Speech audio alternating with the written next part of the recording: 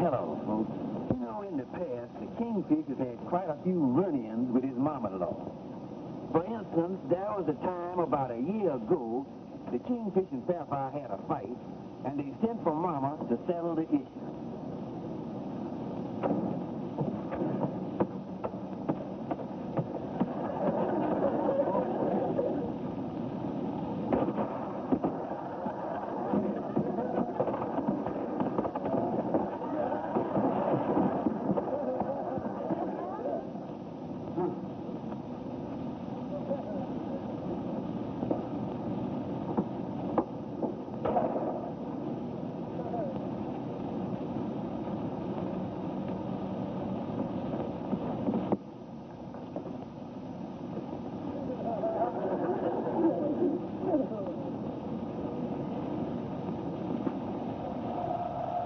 And then there was a time last Thanksgiving when Mama come over for dinner and the kingfish was having a little trouble with the stove.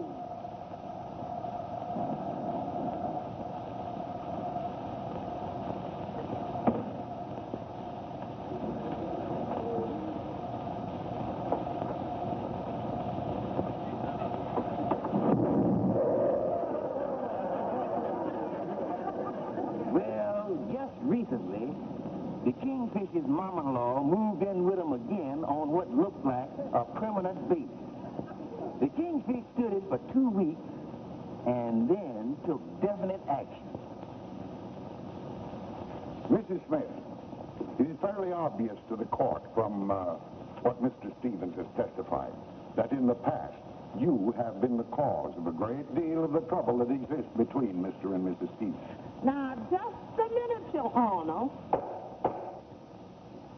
It is the purpose of the Domestic Relations Court to promote harmony between married people. So I hereby rule that in all domestic arguments between Mr. Stevens and his wife, Sapphire, you, Mrs. Smith, are to refrain from any and all interference.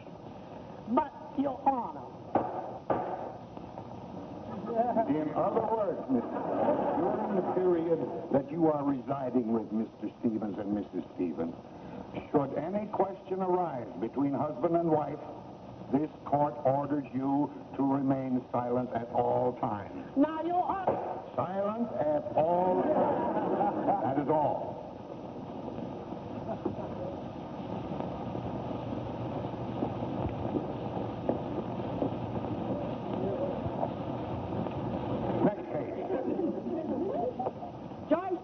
I don't care what the court ordered.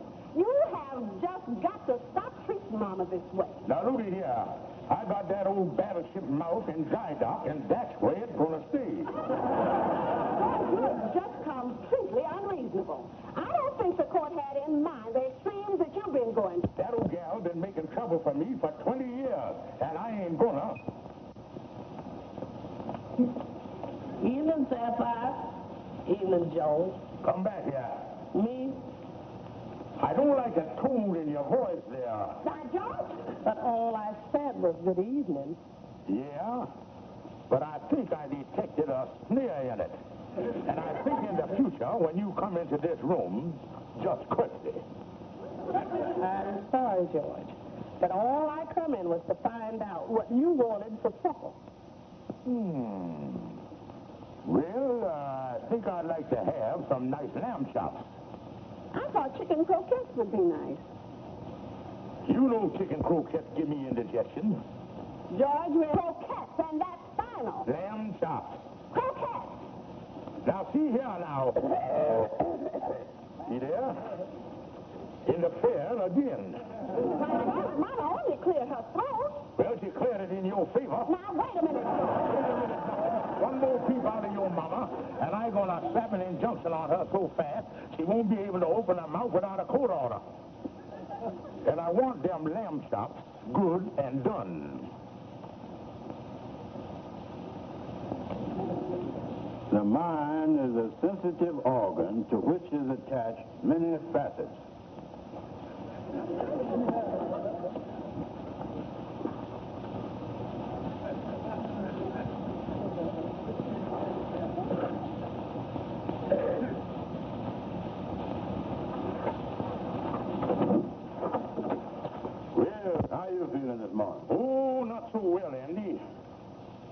them croquettes don't agree with me. How you doing with your mom-in-law? You still got a muzzle on the old walrus? Well, Andy, we're still giving each other the silent treatment, but it ain't worked out as well as I thought it would. She don't say nothing, but that old gal can sit still nastier than anybody I ever seen. I guess you got a pretty nasty crop of in-laws. Take that brother-in-law of yours, Leroy. He ain't exactly no Freddie Bartholomew. Yeah, that Leroy really is something. Yeah. Say, Kingfish, I've been hearing about Sapphire's relatives. Ain't you got no relatives? Well, you see, Andy, I come from a very small family. My papa, he was a sailor in the Spanish-American War. Oh, he was, huh? Yeah, and at the Battle of Manila, when Admiral Dewey said, "You can fire when ready, Gridley," well, my papa had the misfortune to be looking in the gun at the time. Holy smoke. And as you can judge, Andy, my papa was one of the first to land in Manila. That's all the relatives you got, huh, Kingfish? Well, that's the only one I knows of, Andy, beside my cousin Sidney, and I haven't seen him since he was 5 or 6 years old. Well, Kingfish, I don't know whether you're doing the right thing giving your mom-in-law the silent treatment. According to this virology book I've been reading here, the mind has got a lot of faucets on it. You turn off all of them faucets, and her emotions is liable to get stored up in there. And one of these days, her brain is going to pop on her like a 50-cent basketball. Well, don't worry about me, Andy. When it comes to my mama-in-law, I got everything under control. Yes, sir. Sitting on top of that old elephant like Abu.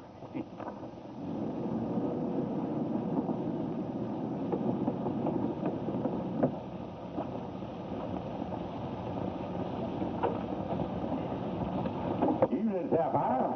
Good evening, George. How soon will supper be ready? In a while.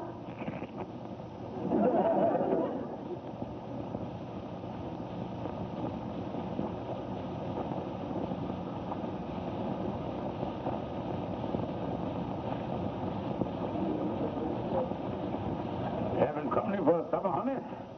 George Stevens, I have a little surprise for you. Since you've been giving Mama the silent treatment, she's been lonely and just felt she had to have someone to talk to. Someone to talk to? Yes. And look who arrived this morning from Florida. Hello, brother-in-law, dear. Leroy. Yes, George, and he's staying with us indefinitely. Say, brother-in-law, dear, where do you keep your shirt? I'm going out tonight. Hmm?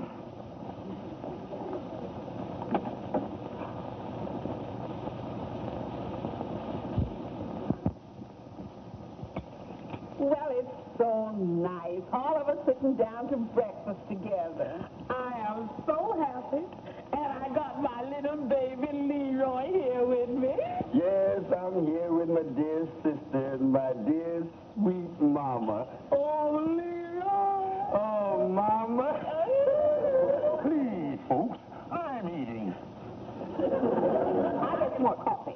Yes, and get me some of them flapjacks. In the words of John Paul Jones, I have not yet begun to eat. You're just as clever as you ever was.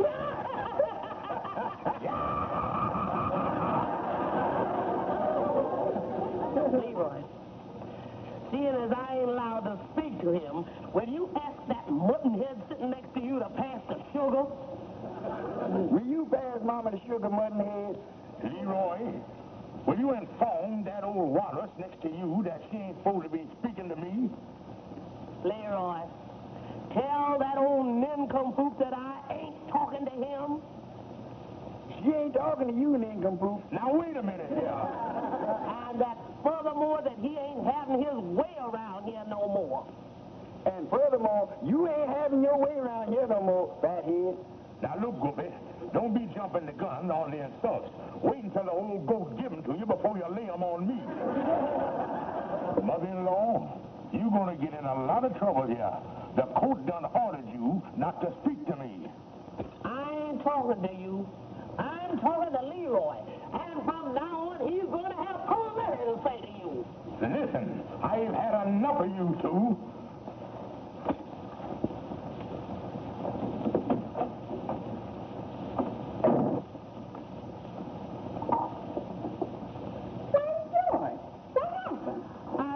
haven't the slightest idea.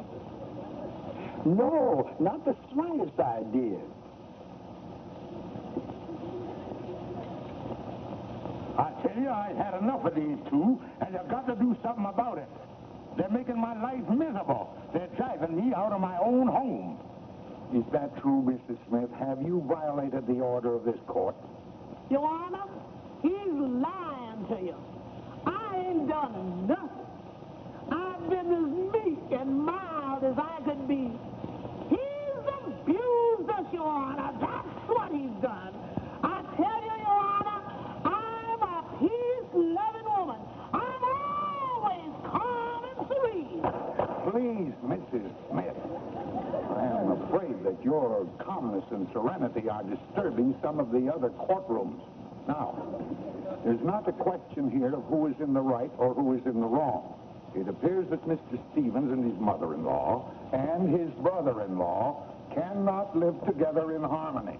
So, it is hereby the order of this court that Mrs. Smith and Leroy Smith vacate the premises without any further delay. But, Your Honor... Any violation of this order will be looked upon as contempt of court. That is all.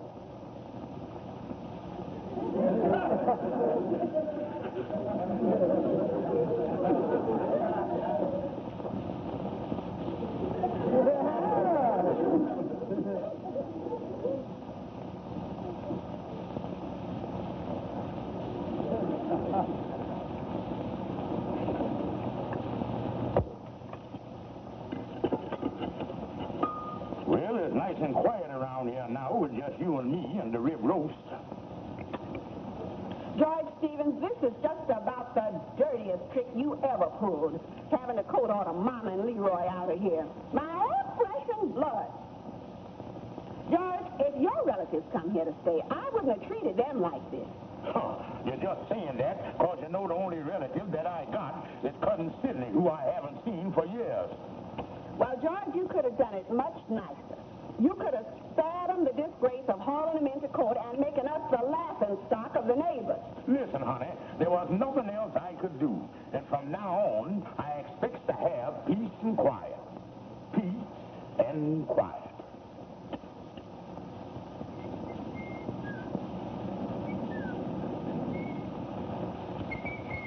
You know, Kingfish, sure is quiet around your place since the relatives done moved out.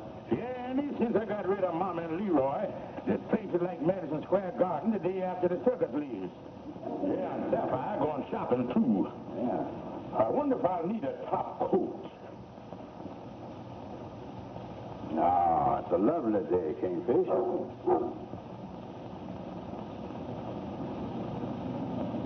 Hey, there's a cute couple for you. Mm-hmm. Look at the coat on the boy and the hat. He looked like a fellow who once sold me a green tuxedo. And look at that girl with the dog and the bird. They must be with a circus.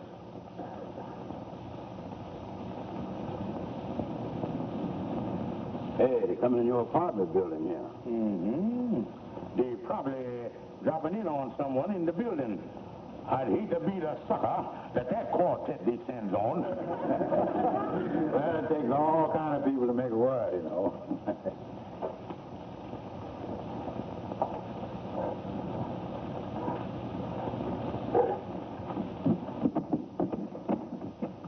Then after that, Andy, we can get back to the lodge hall in time for the meeting.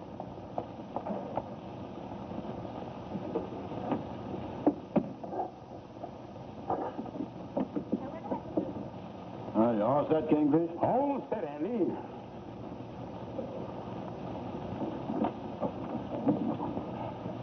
Hello, could I help you? Is you looking for somebody? Yes, sonny boy, I'm looking for George Stevens. Well, I is, George Stevens. Bring in the bag, sonny.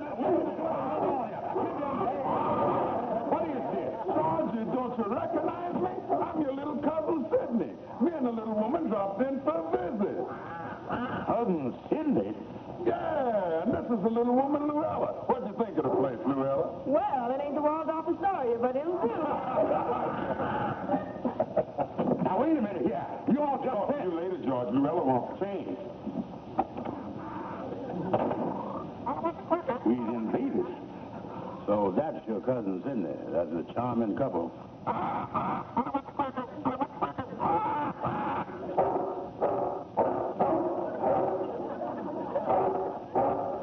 Get out of my chair. Holy mackerel. Ain't this something? Get out from here.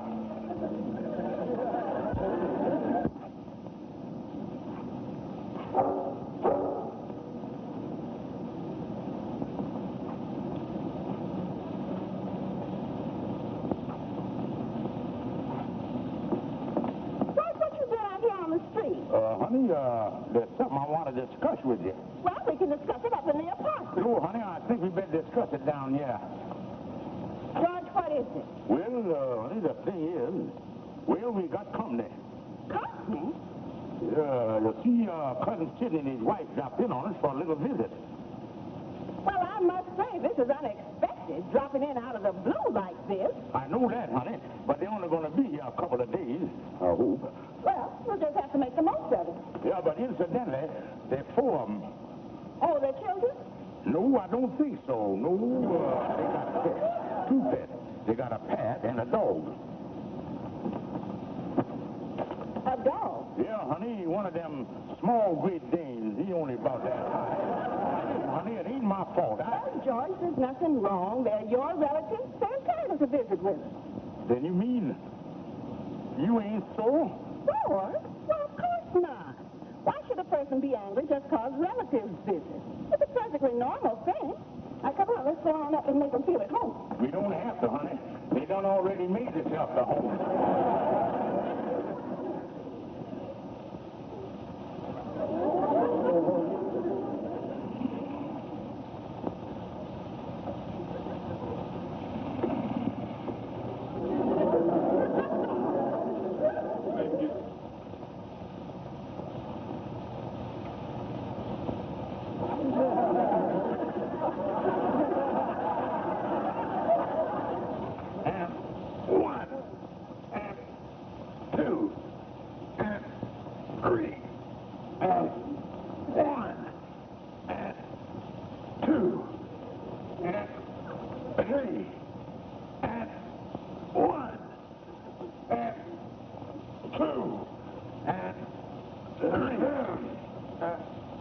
I come in here because it makes me rather nervous.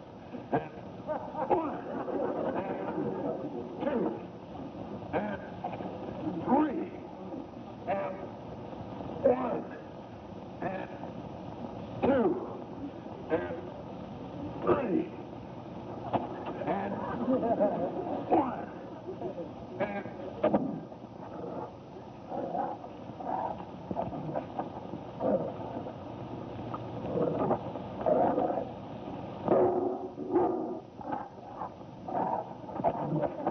Good morning, Cousin Georgie.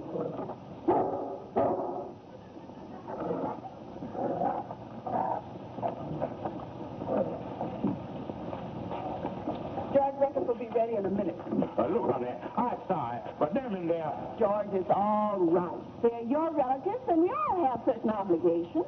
I don't mind it at all. George, I wonder if you'd watch breakfast for me for a few minutes. I have to run down to the grocery store and get another dozen eggs.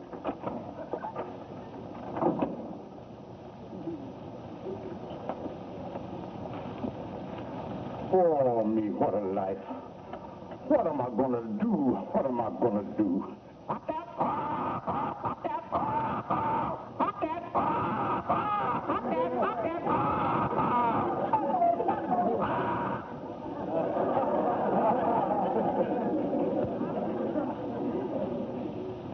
And that's the situation, Your Honor. They moved in about a week ago, and they're about to drive me crazy. You've got to do something to help me. At first, it was your wife's relations. Now it's your relations. I think the Domestic Relations Court is going to have to set up a bureau just to handle your troubles. Yes, sir. Now, I can't see why you've come down to see me in this matter. You certainly can't call on me to settle all your family disputes. You can't expect the court to get rid of this obnoxious cousin of yours. Oh, no, sir. I knows all of that. But what I come down here for was to get you to lift the injunction on my mama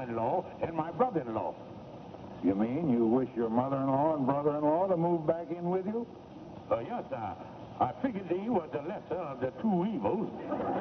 Sidney's gonna hang on like a bulldog, and the only way I can get him out is to tell him that my mom-in-law and my brother-in-law is moving back in. All right, Stevens, we'll lift the injunction at your request. Oh, thank you, sir. Thank you. But, Stevens, this is the last time the Domestic Relations Court is going to intervene in your case.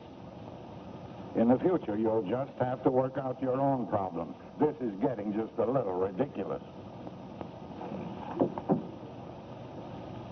But Mama and I is perfectly happy at the boarding house where we is right now. It's a lovely boarding house. Look, Leroy, I'm sure we talk this thing out. We can see eye to eye on the thing. Yeah, have another cigar, Leroy. Leroy, you and your sweet mama has just got to come back to me and Sapphire, and that's all there is to it. Move back in? Well, I don't know about that. I had the impression that we wasn't exactly welcome there. Why, Leroy, whatever give you that idea? Oh, I guess it was the little things. The way you used to kick me on my shins when Mama wasn't looking, and the way you hit my upper plate at mealtime. Oh, come on, Leroy. I think you're just being sensitive. Yeah, them was just boys' pranks of the kingfish. Yeah, look, Leroy, you coming back, ain't you?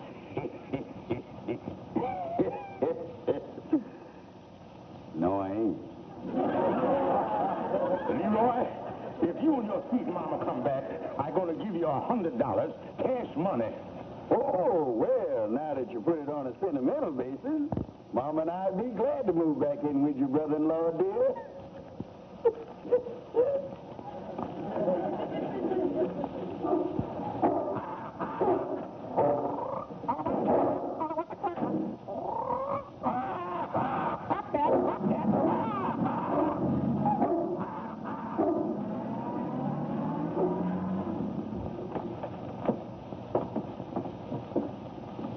Yeah, boys, Cousin Sidney done cleared out lock, stock, and pallet. And your mama-in-law is moving back in this afternoon, huh, Kingfish? Yeah, I chose the lesser of the two evils. Well, I'm glad it worked out this way. You ought to try being as nice to your mama-in-law as Sapphire was to that cousin Sidney of yours. Yeah, Amos, I got to hand it to Sapphire. She's a wonderful woman. And all the time that obnoxious Sidney was there, she never complained once. Oh, she a grand little woman, boy. A grand little woman. And she taught me something, too. A lesson in loyalty. So I'm going to go all out to make Mama and Leroy feel at home. Yeah, that was something. Your cousin Sidney and his wife showing up after you hadn't seen each other since you was kids. Yeah, relatives is a tricky thing, all right. They like radishes. Just when you think you've heard the last of them, there they is giving you trouble.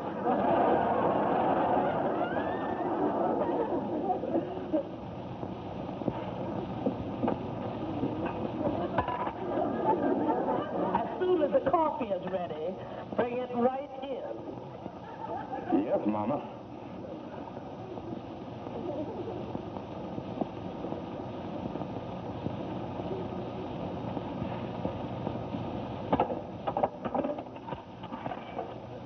Mama, it seems like you got George under your thumb again.